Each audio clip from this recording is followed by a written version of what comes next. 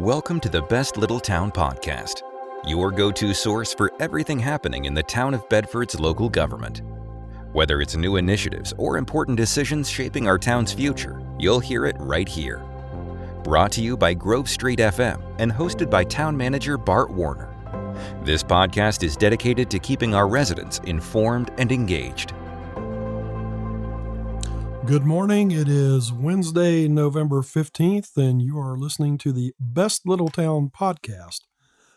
My name is Bart Warner. I have the privilege of serving as the town manager of Bedford, and we have worked with our partners at Grove Street FM to develop this show to provide another layer of information, insight, and accountability into the operations of the town and provide a recap of what actions the leadership are taking and what issues may be impacting you. And we also want to know what issues are of importance to you. So as much as I'm going to talk this morning in this first episode about a recap of last night's council meeting, I want to invite you to reach out to me directly.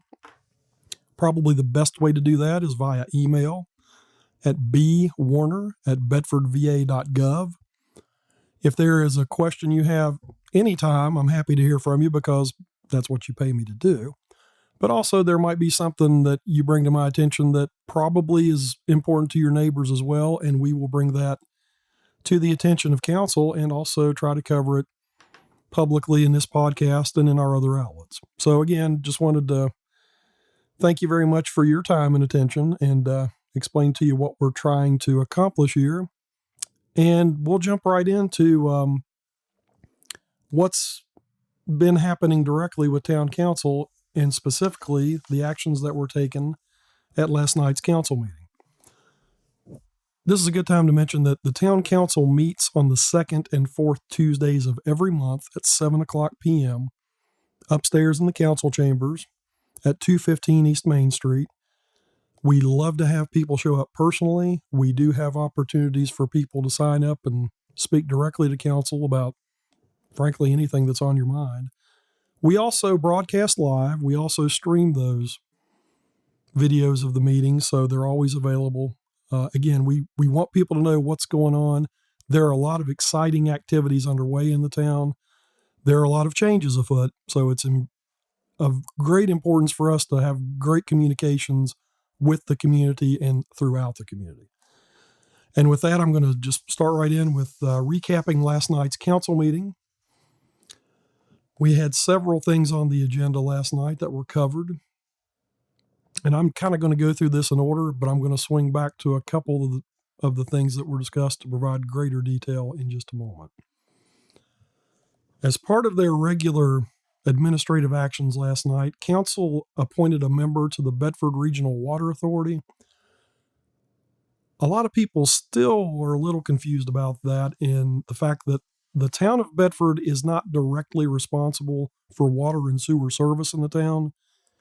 When we were a city, we performed that role, but as part of the reversion, we joined with the Bedford County Public Service Authority to create the Bedford Regional Water Authority. That is a separate agency. It's actually kind of a quasi-government in and of itself, but they focus exclusively on providing excellent water and sewer service throughout the county. And they're a great partner and we appreciate what they do. Our direct relationship with them is that we have currently 2 positions on their board of directors that are appointed by our town council, and that's based on the number of customers in the entire system. So that's background for what the authority does in general. We did have a term that was expiring at the end of this calendar year. A gentleman named Mike Moldenauer has been serving on the board of directors for the past, I think it's 4 years. Maybe it's 3. I should double check that to make sure I give you the best information. In any event, Mr. Moldenauer expressed a willingness to continue, and council, after soliciting applications, decided to go ahead and reappoint Mr. Moldenauer. I will say we had a couple of other citizens who stepped up and indicated a willingness to serve, but then they had subsequently withdrawn their candidacies. And Mr. Moldenauer is been on that board for a long time, is a respected and active member, and provides a good level of continuity. The other thing I'll mention, though, is in addition to town council, we just had an election, and we appreciate everybody who ran. We have several opportunities for service, including the Water Authority Board. There's also the Planning Commission, the Housing and Redevelopment Authority, the Economic Development Authority, and the Keep Bedford Beautiful Commission, just to name a few. And occasionally we do have vacancies on those various boards. We advertise those in the Bedford Bulletin, but we also will be posting those on our social media outlets, including our website. So if you have a desire to serve your community and have some ideas to share and a little bit of time, we would encourage you to consider that. The next item on last night's agenda was a request to close streets for Christmas in Centertown observances. Jonathan Hayden has been our partner for a long time in decorating the Centertown Plaza and hosting an event to kind of kick off the holiday season in Bedford, although maybe some of us have already started our own observations and displays there. But Jonathan is hosting a tree lighting at Centertown Plaza, which is at the intersection of Bridge and Main. And the event will start at 2:00 p.m. on Saturday, December 2nd. And the official, if you will, town Christmas tree in Centertown Plaza will be lit at 6:00 p.m. Jonathan always does a great job with that event. It's a highlight of the community. And while I'm thinking about it, December 2nd, the first Saturday in December in Bedford is always huge. The Bedford Family YMCA will host their Peaks of Otter Christmas Classic 5K run on the Loop, which we'll talk about the Loop more in this podcast as we go along, but that's going to be Saturday morning. The Christmas parade will take place later that morning and right around noon, I believe. I need to verify that. And then we have the event in Centertown Plaza I just mentioned. Also, the National D-Day Memorial has their Flames of Memory Luminary event that weekend. And the day before that, I believe, the former Elks Home will have their annual Christmas light display. And it's just a great day of activities on that first Saturday of December, and it's one of the things Bedford's really, really renowned for. Of course, given all that, Council had no problem in approving Mr. Hayden's request. Again, mark December 2nd on your calendars. There's a lot of great activities going on in Bedford related to the holidays, including Christmas in Centertown from 2:00 to 6:00 p.m. Moving on with the agenda, one of the things we had last night was a presentation by our Public Works Director, Mr. D.W. Lawhorn. Mayor Tim Black has recently been trying to explain to the community a little bit more about the operations of the town. And beginning last month, we had a presentation from Chief Ronnie Lewis about the operations of the police department. At the second meeting in October, John Wagner came and talked to us about the electric department. And last night, D.W. Lawhorn joined us for the Public Works presentation. And I would invite everybody to go back the videos I've referenced of those meetings in October to see the information that my other colleagues presented.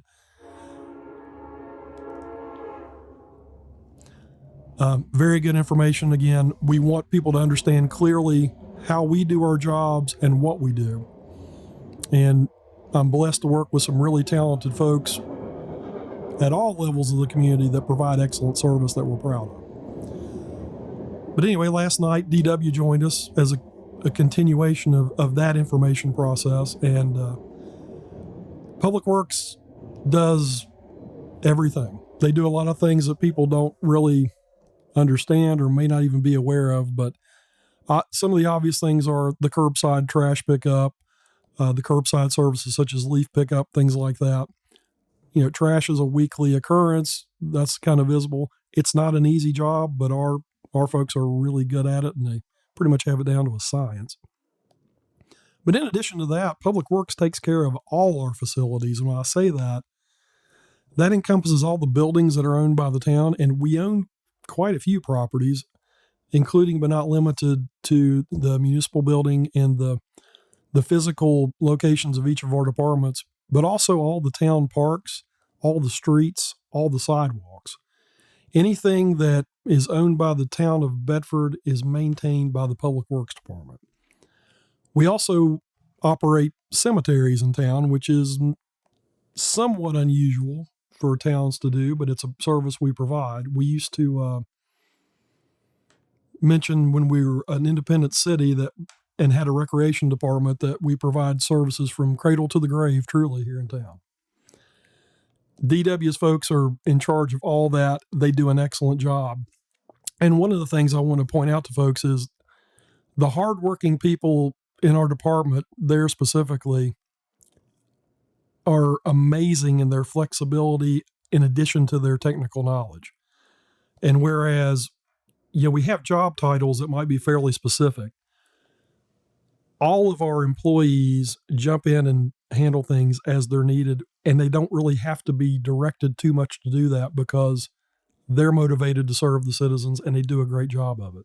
For example, when I mention the things like street maintenance, fixing sidewalks, mowing the rights of way that we own, mowing the grass, maintaining the cemeteries, picking up the trash, those are all accomplished by basically the same pool of folks. So the people who work for us, their job title might be maintenance technician, or it may be something specific to a facility, but the truth of the matter is they jump in to get things done. And D.W. Lawhorn and his staff there, they have servant hearts and they do a really good job, and I can't say enough about them. But D.W. gave a synopsis of that last night, actually more than what I just told you, and it's good information, so I'd invite you to check it out. The next item on the agenda was a presentation from the Virginia Department of Transportation, consideration of a roundabout at the intersection of Independence Boulevard, Longwood Avenue, Forest Road. I'm going to come back to that in just a minute, kind of go through the rest of the agenda, but there's a lot of information related to that probably is of interest to everybody in the community. The next item was a presentation regarding a proposed passenger rail stop in town, and I'm also going to come back and tell you a lot more about that in just a moment. Most of the other things we did last night were administrative in nature. We did make a budget amendment. We were fortunate to receive some additional funds from the state for our police department. That's referred to as 599 funds. If you're interested, you can watch the meeting and we explain what those are. But basically, it's money the state provides our police department for operational needs. It can only be used for certain things, and we're glad to get that support from the Commonwealth, and we will put it to good use. The next item on the agenda was a resolution canceling the second council meeting in December. I mentioned that we meet the second and fourth Tuesdays of every month. It's not unusual for council to cancel that second meeting in December as it falls between the Christmas and New Year's holidays. And we appreciate the service that council members provide, but they're also human beings, and we don't mind them giving themselves one night off every now and again. And typically we don't have a very hefty agenda at the end of December anyway. So there will not be a meeting on December 28th next month, but we will meet December 14th. I think I'm right about those dates. A couple of other administrative things related to a request from the National D-Day Memorial related to work that they are planning to conduct on their site. The D-Day property was basically provided by what was then the city of Bedford. And when that was transferred to the foundation, the city, now the town, still retains some property around it. Occasionally, the activities at the memorial kind of butt up against our property line, and they were requesting permission to be present on our property to construct an exciting capital project that they have in mind. There will be some more details forthcoming on that because we are the government. Some of our processes are a little bureaucratic, and turns out we may have to take some more separate action on that. The last item considered last night was a resolution in support of the Virginia 250 Commission. The Virginia 250 Commission is an organization that's basically been set up in the Commonwealth to coordinate observances of the 250th anniversary of American independence, which will be coming up in 2026. I think Delegate Terry Austin is actually the head of that commission, and they are getting ahead of the curve to start coordinating activities and develop plans and asking all localities to develop planning committees. The Bedford County Board of Supervisors adopted a resolution back in September indicating their support of the program. Basically, last night, Town Council stated that we are also on board and ready to support the county, as well as the commission, in some exciting celebrations of our nation's history and our independence coming up a couple of years from now. So we look forward to some good things from that. So let me get back to the roundabout. Some folks in the community might be aware of the situation that exists at what we call the Forks intersection. And I'm calling it that because it's the location of Forks Country Restaurant, which they're not given commercial consideration, but I'll tell you, if you haven't eaten at the Forks, you need to try it. It's really good cooking. But that intersection, for folks who are familiar with it in town, or maybe folks who aren't, is pretty complicated. It's better to look on a map, but it's the intersection of 122 and 221, and it's always fun to try to keep those numbered routes separate and not confused, and I struggle to do that myself. But there is a lot of activity that takes place at that intersection. Coming from town, Longwood Avenue eastbound leads out of town. Coming from the Forest area, Forest Road comes into town. That's Route 221. Coming from the south is Independence Boulevard, which is Route 122. And coming from the north is Big Island Highway, which is the northern portion of 122. Near that intersection are the Shell gas station, which conducts a great deal of business. Advanced Auto is near there. Of course, I mentioned the Forks restaurants right there. Food Line Shopping Center is pretty close there. And then also, I mentioned Big Island Highway is the route on which Liberty High School is located, as well as Liberty Middle School. So if you're passing through town or through that intersection, particularly at about 8:20, 8:30 in the morning on weekdays, you're going to probably see a lot of traffic, and you're probably going to sit at the light for a little bit as it cycles, mainly in conjunction with the traffic going to school, and then also the folks coming back who drop off their kids, like me. Again, at about 3:30 to 3:45, you'll experience a similar condition as the Liberty High School and Liberty Middle School students are let out.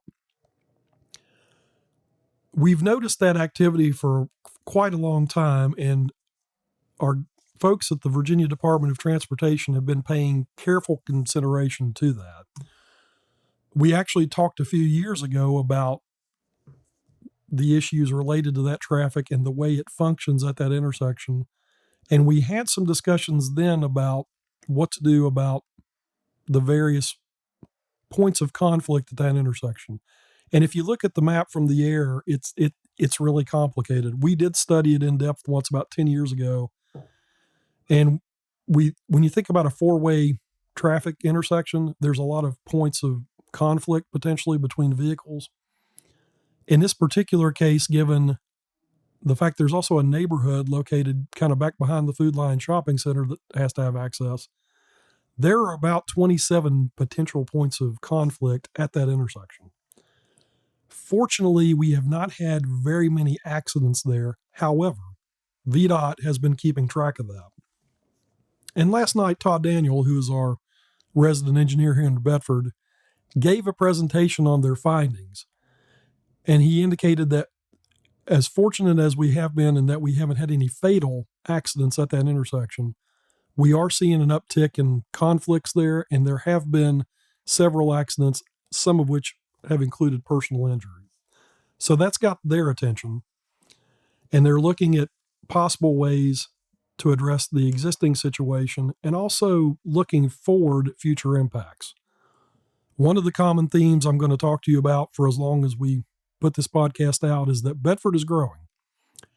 Change is with us. We've been talking for years about the fact that it's coming. It's here. We have numerous projects coming out of the ground. There are numerous projects by developers being talked about that will be forthcoming. And all that contributes to some things throughout town, such as traffic, that we're going to need to examine. The Forks intersection I mentioned is just one of those. We know there's about a 130 unit subdivision that's coming out of the ground on the south end of Independence Boulevard. We know that there are more people moving into our community. And so VDOT, in an effort to address safety issues primarily, is looking at ways to move that traffic more efficiently. One of their approaches, and we've seen that elsewhere, and you're probably familiar with examples around us, is to construct roundabouts, which are designed to eliminate or reduce these traffic conflicts and the impact of accidents. Now, Mr. Daniel acknowledged last night that it's a change and it's something new, and I will say personally, I think they do a good job of explaining why they're proposing these changes to these intersections. They are logical on the ground when they're here, but it's a significant change, and I'll admit that I'm a person who's somewhat resistant to that myself. But based on the presentation last night, council heard what VDOT said and agreed that this is worth looking into. And when I say that we're looking into it, there is a process whereby this could happen.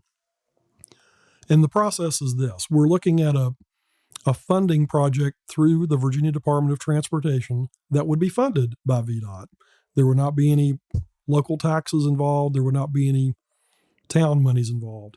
This would be a project undertaken by the Virginia Department of Transportation through their Smart Scale program. The Smart Scale program is a pretty intensive examination of proposed projects such as this one that evaluate all the factors involved, including costs, including benefits, including impacts. There will be several opportunities for public input. I'm sure that town council will have a separate public information meeting, but what we've agreed to do is to submit an application for Smart Scale. That would initiate a process that lasts just about 2 years, in which, if it proceeded, ultimately there would be a proposed project, in this case a roundabout at that intersection, that would then be evaluated against any other projects throughout the Commonwealth of Virginia. So the first thing I want to tell you is, even if there's direction to move forward with this proposal, there's no guarantees that it's going to happen anytime soon. And frankly, there's no guarantees that it's going to happen at all, because that ranking system is based on what happens throughout Virginia. And we don't really know what other applications might be forthcoming. So again, we're at the very first step of an application process that lasts approximately 2 years. If this project moved forward, and if a roundabout were approved for funding, it would then enter what's called the VDOT 6-year improvement program. And when I say 6 years, that's usually the minimum amount of time it takes to undertake a massive project such as this one.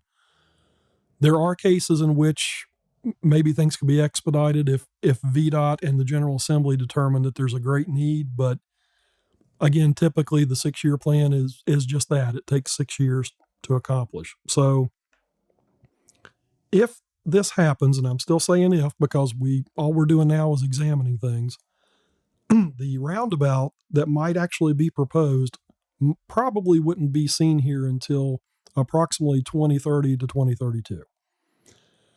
So ideally, if this occurs, we've got time to prepare for this change and educate ourselves about it. But that's the background. So if you hear people talking about the roundabout in town, most likely this is the project we're referring to, and this is all the information we have right now. Again, stay tuned. We'll provide more information as it comes. What council did last night was approve staff to work with VDOT to develop an application. That application will be submitted in March of next year, and then we'll start accumulating a lot of data, soliciting a lot of information, and developing a plan that will then be considered. But that's the straight skinny on the Forks intersection and the roundabout there. Again, Mr. Daniel came last night. I'm going to refer to the video of the meeting.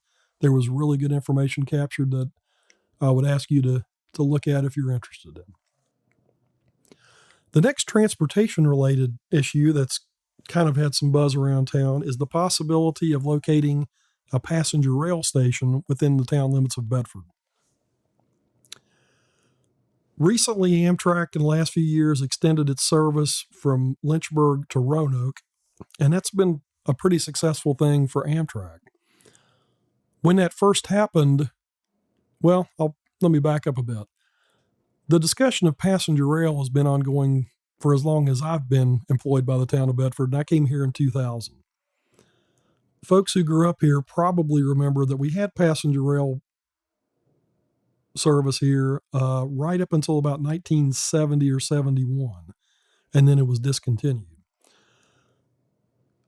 Within the last 20 years, there's been greater interest in that, and it's become viewed as a more efficient way of intercity travel.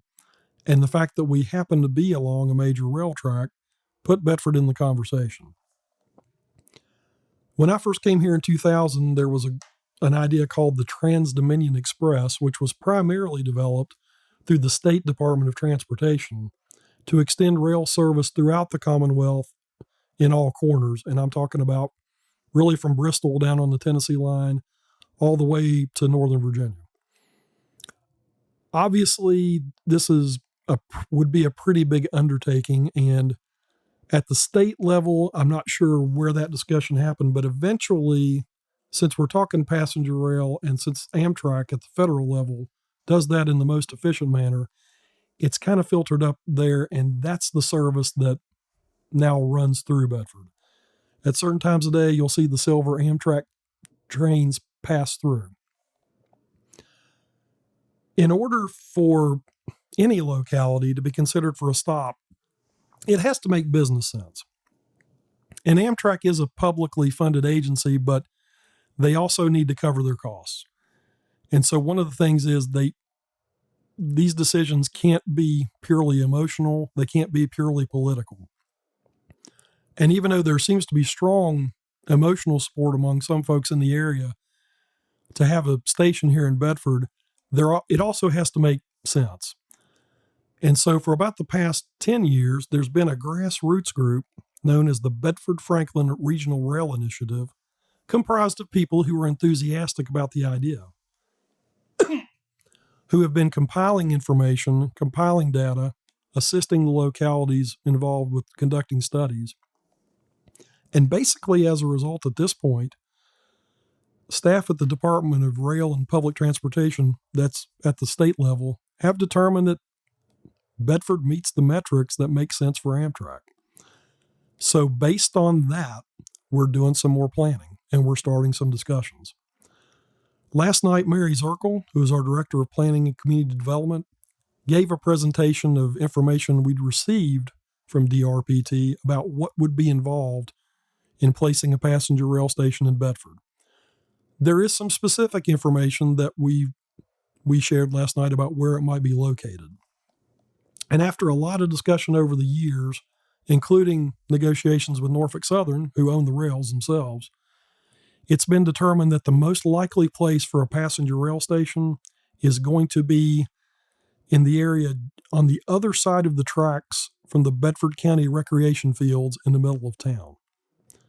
The station would not be a full staffed caretaker station. It probably would be more of a platform with a small parking facility and possibly a kiosk where you'd get your ticket. But that would be accessed from Macon Street, which is just off of 4th Street, right in the middle of the town of Bedford. Of course, there would be several improvements that would need to be made, and there would be a local match involved. We're looking at a federal funding program for this to share some costs related to the project itself. Right now, we think the cost overall of constructing this passenger station would be a little over $20 million. But we're looking at using the federal grant that would involve federal money for that at the greater extent compared to what would need to be generated locally. For this to happen, what we're hearing currently is that 20% of that cost, which amounts to about $4.6 million, needs to be generated locally. Now, when we say generated locally, that can mean any number of things. From our perspective, while the town of Bedford is the site of the station and we would be very happy to host it, we don't think it's reasonable for that cost to be borne by the town. So we are examining other grant opportunities. We're going to be contacting our legislators. We're going to be talking to transportation folks about any other opportunities to reduce that cost. But we're also going to be talking to our neighbors in Bedford County and Franklin County. As I mentioned, that regional rail initiative, one of the things we found was that a significant number of folks in the lake view Bedford as their town, which we appreciate. And a lot of the enthusiasm for the station actually came from that area. So at the staff level, I'm going to be talking with my colleagues in Bedford County and Franklin County about their willingness to participate and what that might look like.